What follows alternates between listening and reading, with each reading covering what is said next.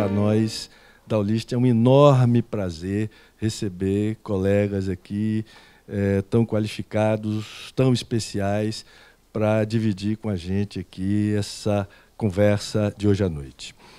Nós vamos falar de dependência química, e sempre que esse tema me vem à cabeça, eu lembro de uma historinha que eu vi certa vez de um professor num congresso, falando de um paciente que ele tinha muito difícil, que ele fez de tudo para tentar tratar o paciente, não conseguiu, encaminhou para outros colegas, que encaminharam para outros colegas, e ele foi passando novamente por N pessoas e sempre recaindo na dependência química. Até um dia que esse paciente andando de táxi, conversando com o motorista de táxi, contou o problema dele, que ele era um alcoólatra, e o taxeiro virou para ele e disse: eu tinha um cunhado que tinha um problema assim como o seu, de alcoolismo, e aí ele botou um galho de arruda na orelha e parou de beber.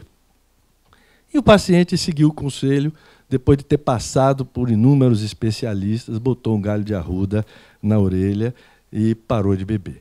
Eu estou citando isso apenas para dizer a minha vivência com esse tema, é que por mais que a gente estude, por mais que a gente tenha acesso a novos medicamentos, a novas terapêuticas, a dependência química, para mim, é um mistério, para mim é uma coisa que eu estou sempre apanhando, por mais que eu faça. A gente tem que ser curioso, a gente tem que buscar, a gente tem que se perguntar, a gente tem que tentar buscar armas para lutar contra esse problema. Então, hoje fala-se muito da ibogaína, por aí, muitos leigos usando, clínicas leigas, pacientes vêm aqui nos procurando e tivemos a ideia de convidar vocês para conversar e trocar algumas ideias sobre esse tema aqui com a gente essa noite.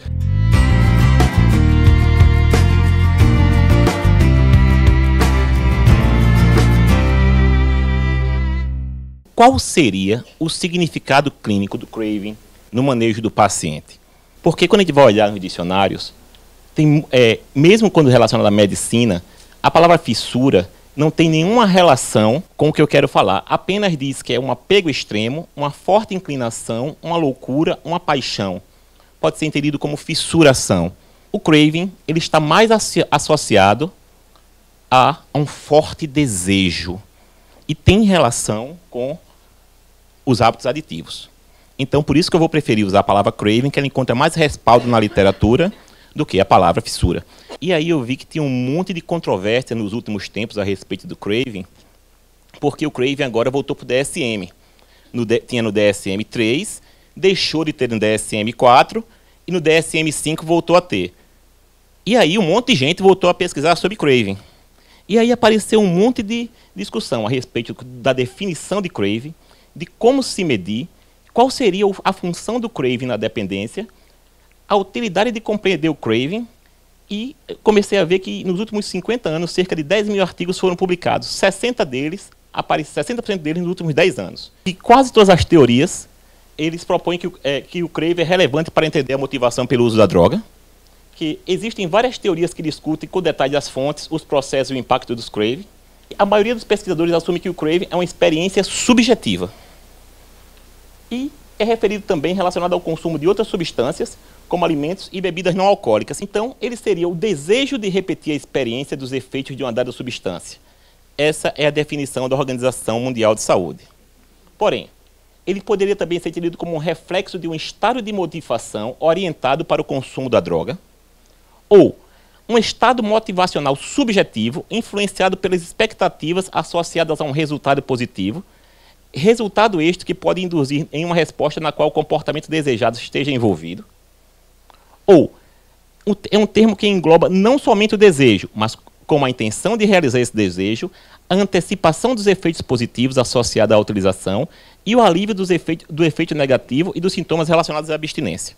Então perceba como isso é um composto multidimensional, tentar entender o craving. Ele não é uma coisa unidimensional. O uso continuado, repetido, frequente e intenso, ela vai alterar a circuitaria cerebral, de forma que altera a memória que eu vou ter a respeito disso aí. As áreas cerebrais, como revelada por neuroimagem, podem ser significativamente associadas com o craving. Então, eles mostram que existe muita experiência, isso para cocaína, para cannabis, para cigarro, onde eles começam a fazer PET scan, mostrando pistas ou sugestões do uso de drogas, e essas áreas são ativadas mais do que em pacientes que não têm dependência. Os estudos sugerem que as pistas relacionadas a drogas ativam principalmente regiões corticais relacionadas com ampla gama de funcionamentos. E que funcionamentos são esses? Que mexem com o processamento da recompensa, com memória, com motivação, regulação da ação, controle executivo, afeto e a integração disso aí tudinho.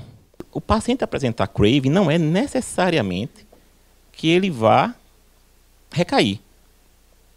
Então, não é porque o paciente experimentou algum desejo no uso da droga ou pensou isso em algum momento que ele necessariamente vai apresentar uma recaída no uso da droga. Porém, a grande questão é, a presença do craving prediz o comportamento de uso de drogas, e nós que trabalhamos com pacientes graves, a gente vê que isso muitas vezes corresponde à verdade. Então, o craving nos nossos pacientes, nos pacientes mais graves, é muito preditivo do comportamento do uso de droga. Agora, em nível ambulatorial, a gente tem que tomar cuidado. Você avaliar o craving em um paciente com sintoma da abstinência é uma coisa, avaliar o craving no paciente que está tomando uma terapia de reposição é outra coisa, avaliar o craving no paciente que está totalmente abstêmio é outra coisa.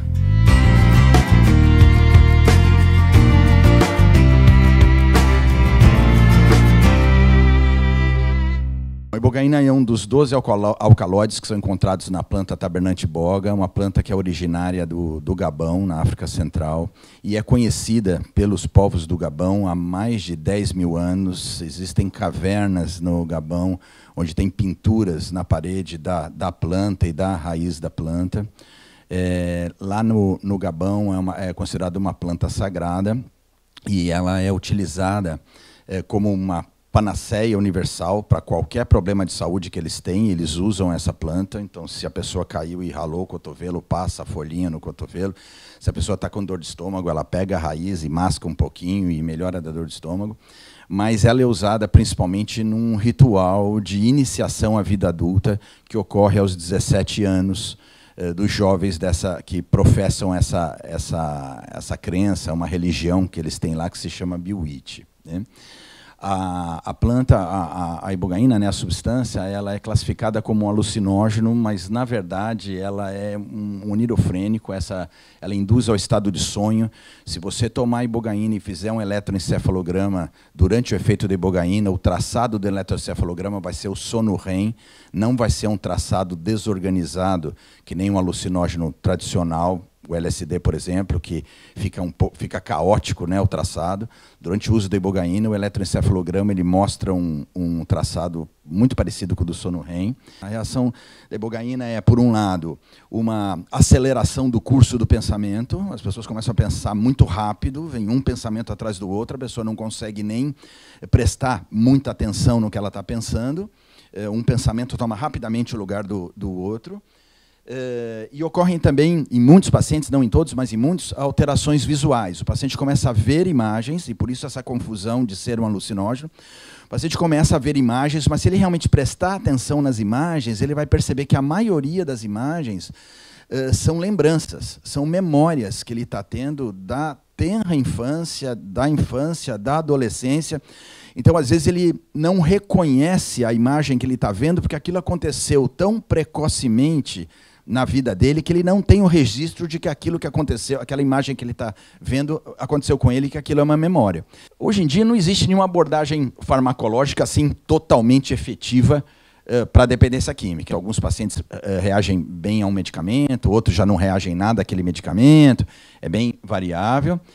Nenhuma das opções que são utilizadas hoje em dia tem muita eficácia comprovada cientificamente, mas a gente acaba usando mesmo assim, porque o problema é tão sério, é tão grave, que a gente realmente tenta fazer de tudo que está ao alcance. Por isso que eu acho que vale a pena a gente prestar atenção na ibogaína. Não é a mesma coisa que se a gente tivesse um grande cartel de opções aí e a ibogaína vinha só somar, ser mais um. A gente tem poucas opções, então vale a pena, pelo menos, prestar atenção nisso e ver em que situações ela poderia ou não ser utilizada ou se encaixaria. Aqui no Brasil, a ibogaína não é proibida, não é controlada, não é banida, ela não está incluída na portaria 344, né, do Ministério da Saúde, mas também não é registrada como medicamento na Anvisa. Então, oficialmente, para o Brasil, a ibogaína não existe. Ela é um pozinho que algumas pessoas tomam, mas que não se tem nenhum conhecimento assim oficial do que é realmente, de como funciona.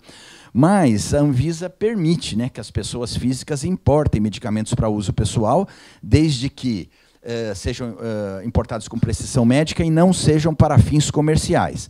Então, se uma farmácia quiser comprar ibogaína para revender, não pode, a Anvisa não permite. Mas se uma pessoa com uma receita médica tiver interesse de tomar ibogaína, ela pode comprar no laboratório do exterior, pode importar e a Anvisa deixa passar sem problema nenhum, apesar de haver uma fiscalização, mas não é proibido, não é ilegal fazer essa importação. É exatamente, ou quase exatamente, a mesma maneira de se importar o canabidiol, o CBD, que atualmente está sendo muito utilizado, né, para crianças com epilepsia de difícil controle e tal.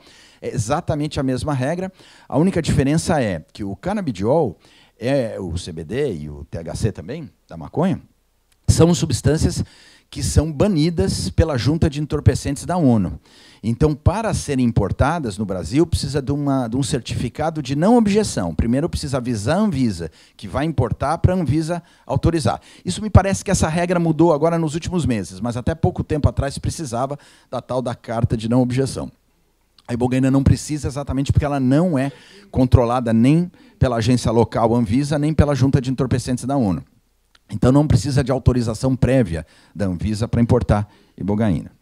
O efeito da ibogaína no cérebro é de aumentar o GDNF, o Glial Cell Derivative Neurotrophic Factor, que é uma substância que estimula o crescimento de neurônios, o aumento de sinapses, né, de conexões entre os neurônios. Isso provavelmente causa, no paciente que é dependente químico, uma restauração, vamos dizer, do funcionamento do cérebro, um reequilíbrio da quantidade de neurotransmissores e quase que instantaneamente o paciente perde o craving pela droga. Depois de 24 a 48 horas, os pacientes eram liberados. Nesse período, eles já não têm praticamente mais nada, eles estão completamente normais, mas têm a lembrança de tudo que aconteceu, de toda essa vivência, e a maioria deles sai assim transformada, sai se sentindo uma pessoa diferente.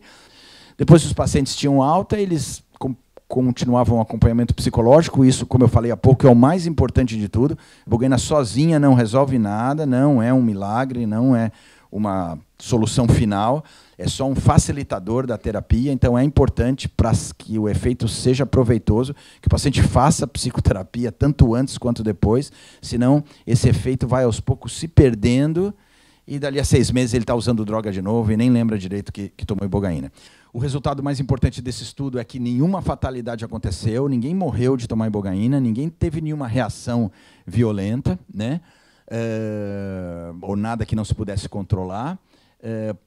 A gente tem a certeza que isso aconteceu porque a gente estava fazendo o tratamento num ambiente médico hospitalar e usando uma medicação de boa qualidade, de fonte confiável. A gente sabia que aquilo era mesmo ibogaína 99% pura. Ao contrário de ibogaínas que se vê hoje em dia vendendo na internet, é fácil vocês saindo daqui entrarem no OLX ou Mercado Livre, tem gente vendendo ibogaína no OLX, no Mercado Livre, só que você não tem a menor ideia do que é aquilo. Mas existem até hoje, nesses 50 anos de uso, cerca de 30 mil tratamentos realizados, 19 mortes supostamente relacionadas à ibogaína no mundo. Uma no Brasil, um paciente que eu não conheço, não fui eu que atendi, mas sei que aconteceu. E as outras 18 no resto do mundo. Todas essas mortes têm as mesmas características. Todos esses casos foram tratados fora do ambiente hospitalar, sem médico por perto, com medicação de origem desconhecida, não se sabe nem se era ibogaína, pacientes com doenças graves pré-existentes. Um dos casos, por exemplo, era uma moça que fazia hemodiálise, então ela teria que tomar cuidado até para tomar dipirona, e acabou tomando ibogaína e morreu. Um outro caso, um rapaz que tinha um marca-passo no coração, tomou ibogaína, também morreu, era um caso que estaria contraindicado tomar. Mas a maioria das vezes, as mortes foram causadas por uso concomitante subrepetício de drogas. Em todos os casos, em todos esses 19 casos, tinha circulando no organismo ibogaína, heroína e uma terceira droga. Essa questão da abstinência prévia é o seguinte. A gente usa ibogaína basicamente para tratar pacientes de cocaína e de crack. A cocaína e o crack, nos primeiros dias de abstinência, está descrito na literatura que o paciente faz bradicardia nos primeiros 15 dias após a parada do uso de cocaína e crack. Como a ibogaína também provoca abstinência, então é conveniente que o paciente pare de usar cocaína ou crack por alguns dias, e aí depois que passar essa reação de bradicardia, que então ele tome ibogaína. Não é muito conveniente que se administre a ibogaína, que é uma substância bradicardizante, exatamente no mesmo momento em que o paciente já está com bradicardia por conta da abstinência da cocaína. E isso que é interessante, porque assim, os pacientes às vezes não entendem isso, e mesmo às vezes a gente, o pessoal da área, não entende muito. Até porque a ibogaína, na verdade, ela não é um promotor da abstinência. Ela não é útil para promover a abstinência. Ela é útil para manter a abstinência no paciente que já está abstinente. Então, o paciente já está abstinente há 30 dias, mas para ele ter uma certa tranquilidade que ele não vai recair ou ter uma chance menor de recair no futuro, aí que entra a opção da ibogaína para manter essa abstinência por um período mais prolongado ou talvez até para sempre, a gente não sabe. São efeitos que vêm em 3 fases. O efeito da ibogaína é prolongado, ele dura, como eu falei, entre 12 a 24 horas, e ele é bem determinado por 3 fases bem distintas. Demora para a ibogaína começar a fazer efeito, porque a ibogaína ela precisa do efeito de primeira passagem no fígado para ser transformada de ibogaína em noribogaína, e essa noribogaína sobe e faz o efeito que tem que fazer. Então, demora um pouquinho, não é que nem, por exemplo, um Rivotril sublingual que coloca ali em 5 minutos a pessoa já está sentindo o efeito. Demora de 1h30 a 2 horas para a pessoa perceber que está acontecendo alguma coisa. E quando a pessoa começa a perceber, são sintomas meio inespecíficos. Ela começa a perceber que está acontecendo alguma coisa, mas ela não consegue explicar o que é. Dá meio uma tonturinha, um zumbido no ouvido, um formigamento nos braços e nas pernas, um calorzinho aqui, um calorzinho aqui. Ela percebe que ela está diferente, mas ela não consegue explicar bem. Logo depois disso, alguns minutos depois disso, 15, 20 minutos, ela entra na segunda fase. A segunda fase é a fase das onirofrenias. É a fase que a pessoa começa a acelerar o curso do pensamento e começa a lembrar de um monte de coisas que aconteceram no passado e em qualquer época do passado, mas a maioria das lembranças são da infância e da adolescência, e começa a ver as imagens relacionadas àqueles eventos. Isso dura, segundo a literatura, por volta de 8 horas, mas o que a gente vê no dia a dia é um pouco menos, 3, 4 horas. O paciente fica tendo essas imagens, uma atrás da outra, ele fica cansado disso. A maioria das vezes, a ibogaína vai direto no ponto, então o que ele vai ver são os momentos traumáticos da infância ou do passado, são os momentos onde ele sofreu, ele revê os abusos que ele sofreu, ele revê as situações difíceis e complicadas pelas quais ele passou, mas ele sai dessa experiência com uma outra compreensão do que aconteceu. Ele vivencia a mesma experiência, mas de um outro ponto de vista. Então, ele sai com outra compreensão. E, aparentemente, isso é curativo. Isso ajuda ele a lidar melhor com a situação e, a maioria das vezes, ele perde o craving pela droga.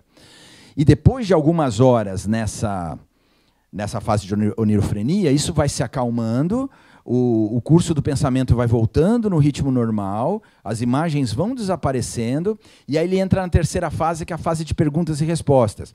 Ele começa a lembrar das coisas que ele lembrou e começa a ter insights, um insight atrás do outro. Vai caindo a ficha, uma ficha atrás do outro, ele vai entendendo coisas a ponto que eles verbalizam isso. Então eles vão lembrando dos erros, que eles cometeram, vão reavaliando aquilo, vão finalmente entendendo o que eles precisam mudar, o que está certo e eles não precisam mudar, mas o que eles têm que fazer para resolver o problema. Depois da alta, depois da internação, é importante o paciente manter a psicoterapia e continuar se cuidando. Não é porque ele tomou ibogaína que ele não precisa se cuidar. Então, precisa continuar naquela coisa de evitar pessoas, evitar hábitos, evitar lugares, como eu falei, mais uma vez, a ibogaína não é milagrosa, não é porque ele tomou ibogaína que ele pode, numa festa onde todo mundo vai estar cheirando cocaína ali, não vai acontecer nada, porque provavelmente vai.